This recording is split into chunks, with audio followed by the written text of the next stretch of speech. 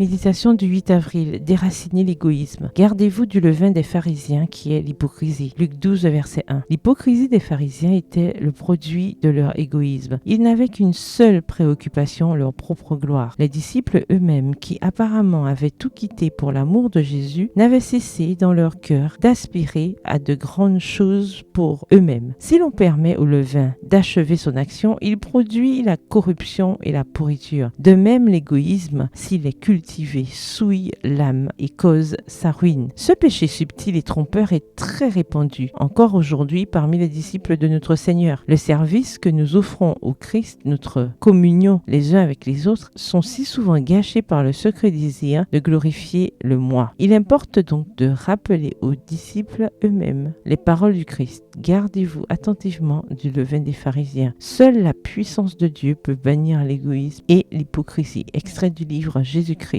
au chapitre 44, aux pages 365 et 366. Au moment où Judas se joignit aux disciples, la beauté du caractère du Christ ne le laissait pas insensible. Il subissait l'influence de cette puissance divine qui attirait les âmes au Sauveur. Le Sauveur lisait dans le cœur de Judas. Il prévoyait dans quel abîme d'iniquité il sombrerait s'il n'était délivré par la grâce de Dieu. En s'attachant cet homme, il le mettait quotidiennement en contact du flot débordant de son amour désintéressé. Judas pouvait devenir sujet du royaume de Dieu s'il consentait à ouvrir son cœur au Christ afin de permettre à la grâce divine d'en bannir le démon et l'égoïsme. Extrait toujours du livre Jésus-Christ au chapitre 30 aux pages 252 et 253. Bien que personne ne fût aussi grand que lui, le Christ s'est abaissé à accomplir le plus humble devoir. Il a voulu donner un exemple d'humilité. Il ne voulait pas laisser à un homme le soin de donner cet enseignement. Il y attachait une si grande importance qu'il voulut lui-même, lorsqu'il était l'égal de Dieu, jouer le rôle